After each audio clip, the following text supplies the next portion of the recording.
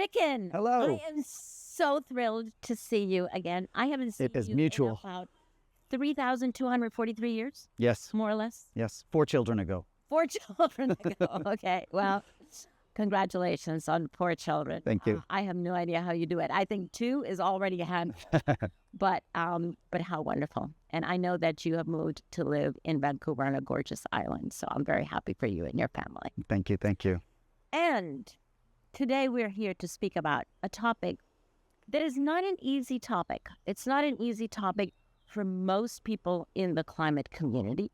I actually wonder whether it's an easy topic for the scientists in the climate community. I don't know. That's a question mark. But I know that most of us that work on mitigation, adaptation, even loss and damage, when we have to sort of take the next step, it gets a little bit scary. So thank you for being willing to accompany us in this, at least this thought process.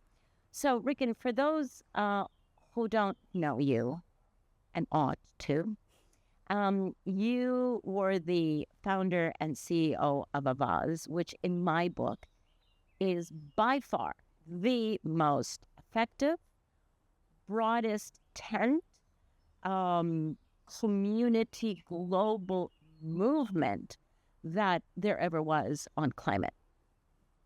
Thank you. Would you agree? It sounds self-congratulating, but and coming from you, that's very high praise. So thank you for that. And now you have turned your attention to something that is very difficult, and that is climate contingency. So let me just frame this. Because of the very courageous work, mostly of the islanders in Paris, we finally, almost in the last minute, squeezing it in under the closing door, we got a reference to 1.5. A reference, not as a target ceiling, but actually as an aspirational reference. And that, of course, from the point of view of low-lying states, it means survival. So, of course, they had to get that in. Now, since then, we have realized that 1.5 degrees, if we breach that, is going to have consequential impacts on humanity, on the rest of nature, on the planet as a whole, on our livelihoods, on everything. But we didn't know it because we didn't have the IPCC report on 1.5 in 2015. Since the IPCC report 2018, we now know of the consequences. Now, Ricken, you have taken that knowledge one step farther, and you have said, what if? I think for me, you live in a what if world. Mm-hmm. What if we're not able to keep temperature under the 1.5 ceiling permanently? Because we know we breached it last year already. But as a permanent temperature increase, what if? So you have moved into the very, very difficult area of climate contingency planning. What is that? I mean, it's exactly what you've spoken to. It's asking if we're in overshoot territory, and we know that scientists have told us that that territory exposes us to risks, to potential nonlinear trajectories of climate change. And we've seen very scary movements in those directions. There's a number of tipping points and feedback loops in the climate system. And we don't know. It's a realm of uncertainty. The question is, are we prepared for possible eventualities? If we do start to see AMOC slowing in the Atlantic, if we do start to see, the Atlantic Meridional Ocean Current that keeps Europe warmer than Newfoundland in Canada, exactly.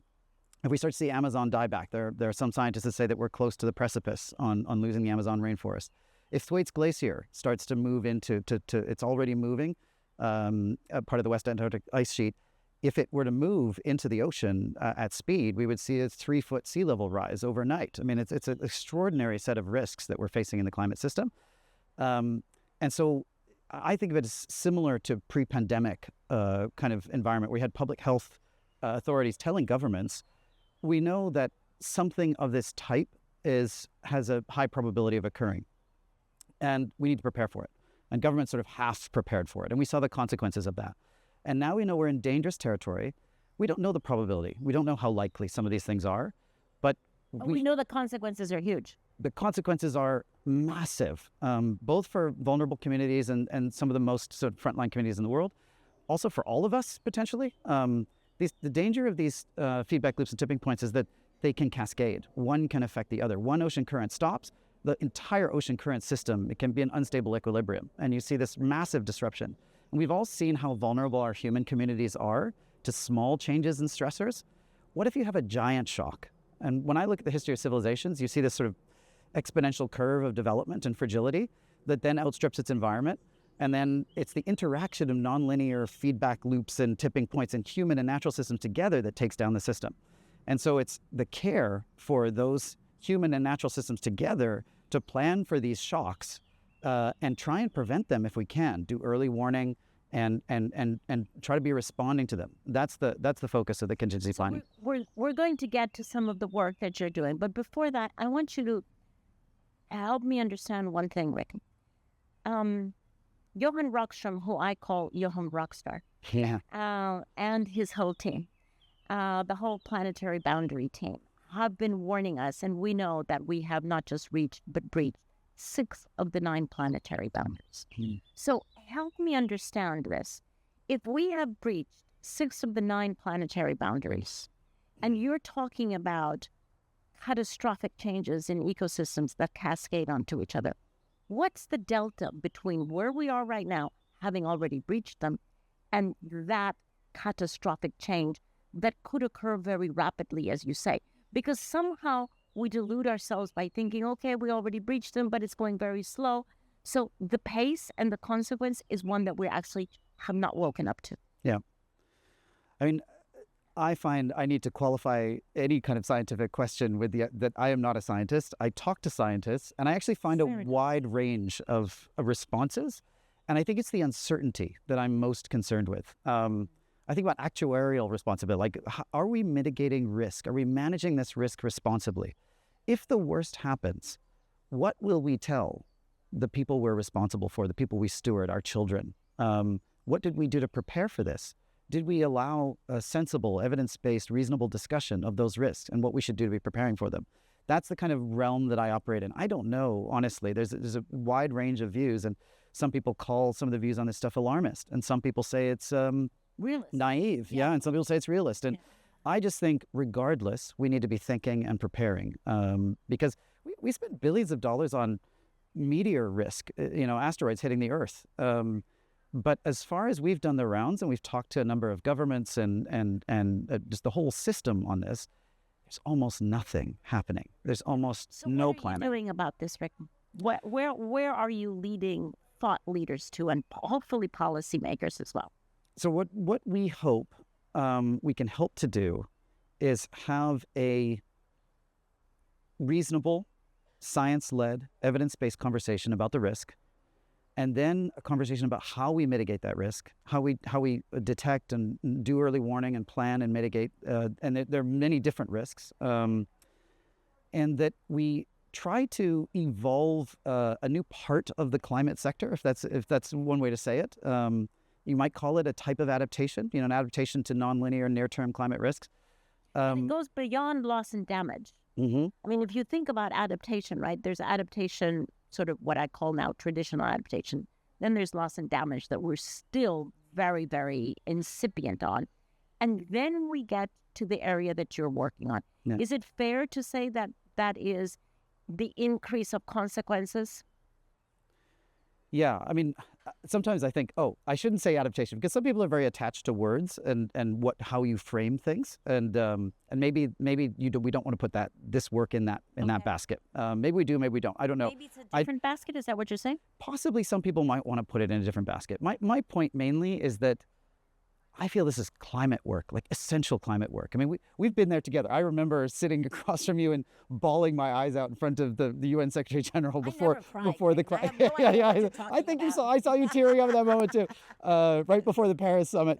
Before it opened, and we've been in the trenches, we've been in the streets, we have fought this fight, and it has been a good fight. We've achieved many things. It is no small task to change the source of energy of human civilization. And we have made much progress on that task. But we know we've been against the clock the whole time. And we know that we need something. There is no plan B. Plan A, we have to reduce the emissions that are coming out. That there is no other sustainable, safe solution to climate change. We need something to buy us some time.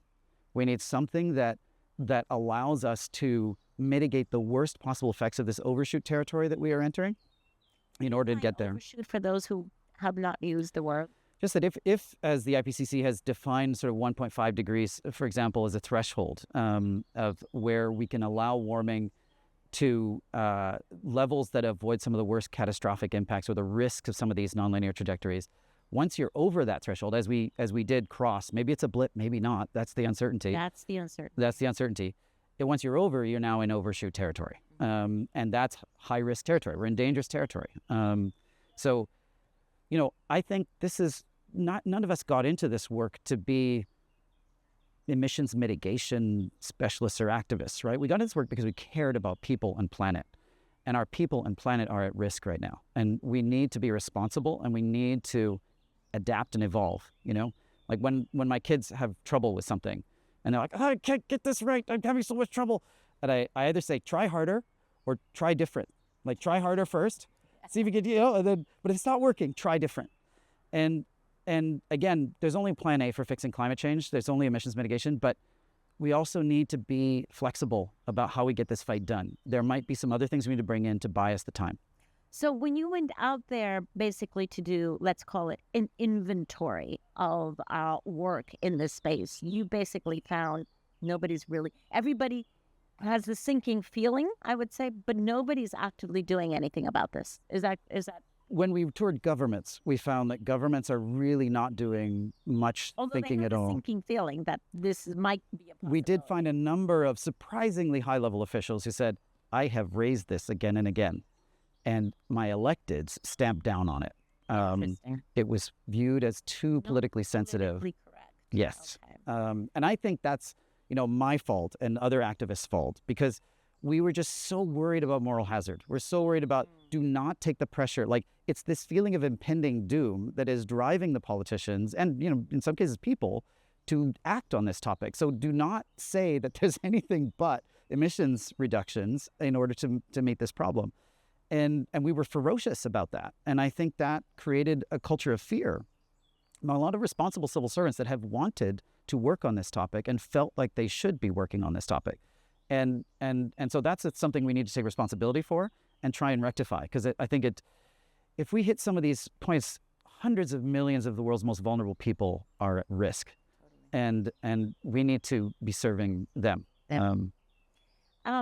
Ricken, so beyond identifying this as a huge gap in the climate community, what first steps have you taken about this, and what reactions are you getting?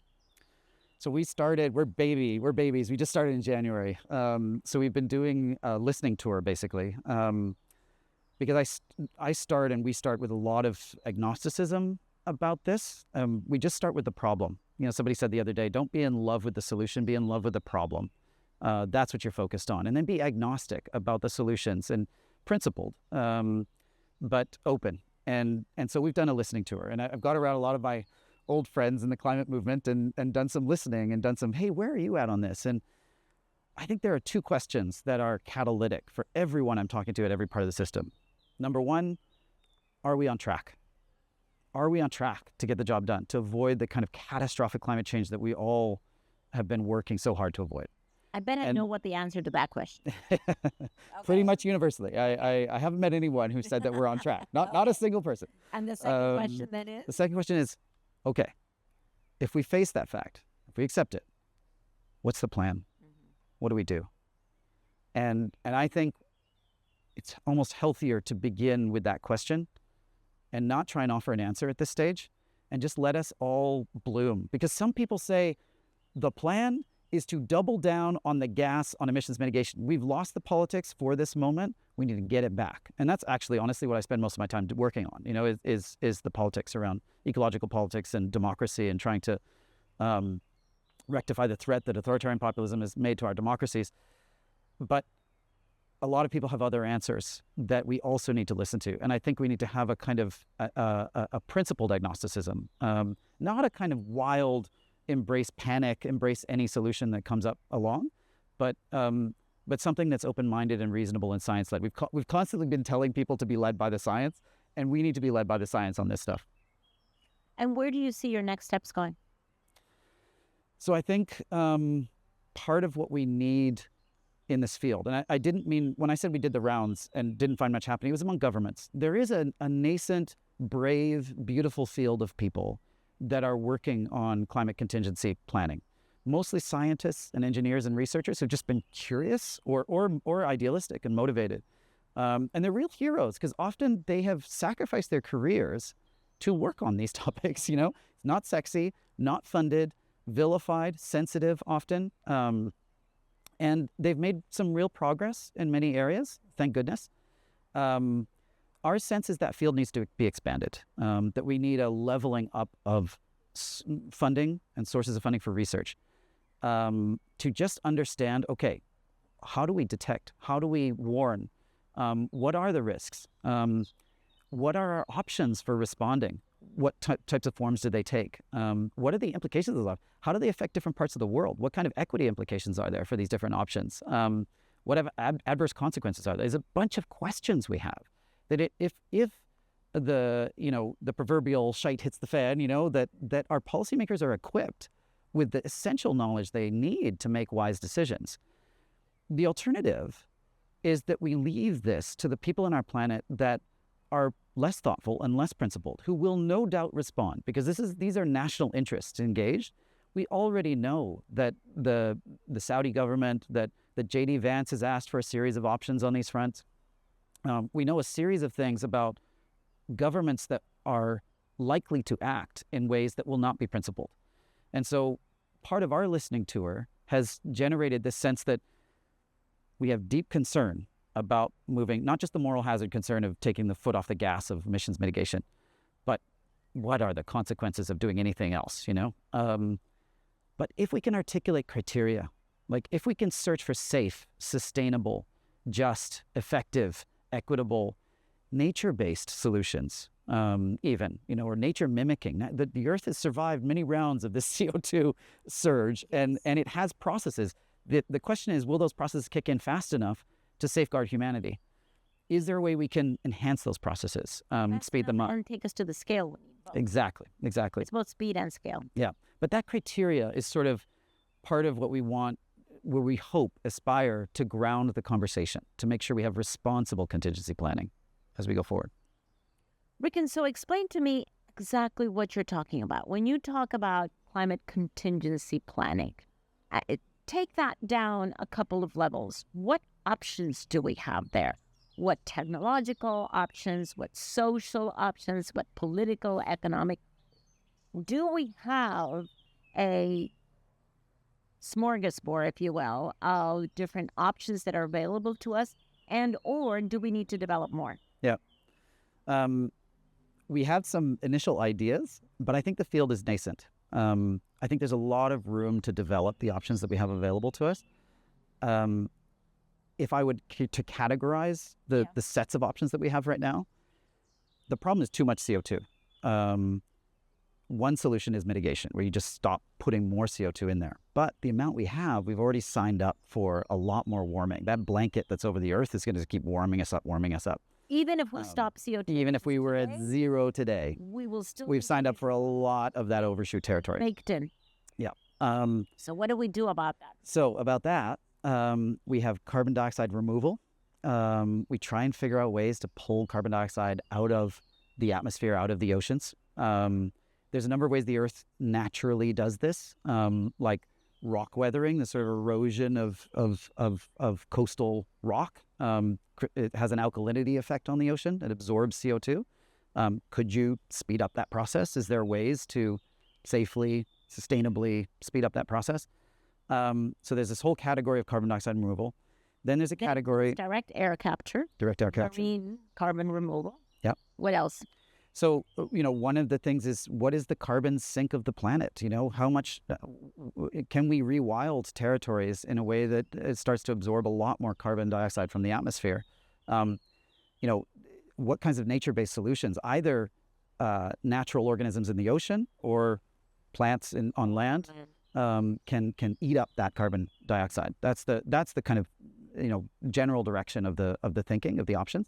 And then there's a whole category of stuff that says, well, also a natural Earth effect, but the Earth, and people don't often know this, that we have a reflective shield as well as that blanket, the CO2 that's keeping it in.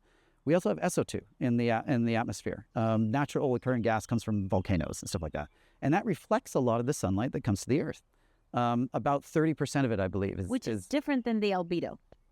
Different than the yes, and so another reflective aspect is the Arctic and Antarctic albedo, that the ice reflects sunlight that comes out. This is the reflection of CO2. Reflection of sunlight. SO2. Yeah, so this is SO2. Yes, exactly. Yes. So ice and sulfur dioxide both reflect sunlight. About 30% of it is from the SO2, I believe. That might be wrong. I'm sorry. It might be the total reflection of the planet. About 30% of the sunlight coming to the planet is reflected at the moment.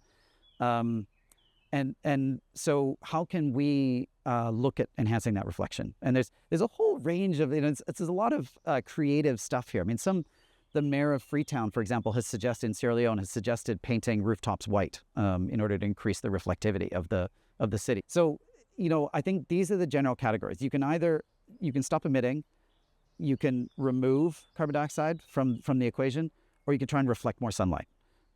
Those reflection of sunlight, does that fall into the geoengineering bucket? Yeah, I think I don't know where that term starts and stops.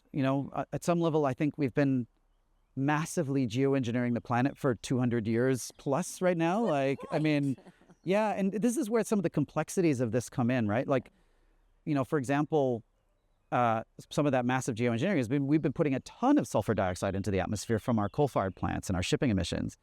And now the phasing out of those, the reform on shipping, which was a great struggle, and many people fought hard for it and won, and phasing out coal-fired plants, many scientists are telling us that removal of that protective gas is going to warm the Earth by 0.5 degrees Celsius. And so we, by our own actions, have potentially catalyzed a massive acceleration in climate change in the near term. And so this is where I feel like, we have to take responsibility for our impact on this planet. We are massively geoengineering this planet right now. And we just need to face that fact, take responsibility for it, and ask ourselves, how do we hold that responsibility wisely? How do we minimize our impact and footprint on this planet? How do we enhance its natural heat shield and ability to absorb carbon dioxide? That's the kind of, and I feel that's the next phase of our environmental movement, of really thinking holistically and not being too in love with solutions, and being more in love with the Earth and the people and planet, and being responsible for it. Back to nature. Mm-hmm. I don't know how many times and how many conversations of mine end up with that conclusion, that actually the rest of nature, because we're also part of nature, but that the rest of nature holds so much of the solution, and that we haven't really helped nature to help us. Yeah. There's an analogy to sort of the human body, like how we think about human health. The body has all these vastly sophisticated systems for maintaining its own health, and the more we can kind of have a natural medicine approach as opposed to like a strong pharmaceutical approach, the way we can just small tweaks that enhance the body's own natural defenses, that's the kind of paradigm that I think we can approach the body of Mother Earth with, and see if we can help. Way to think about it. Yeah. Ricken, thank you so much. Thank you. It's so nice to see you. Exciting work. Yeah. I have the feeling that we're going to come back to you to know, once you finish your rounds and begin to put several pieces of the puzzle in place, we will want to know what that is. Yeah. Looking forward to it. Thank you so much. Cheers.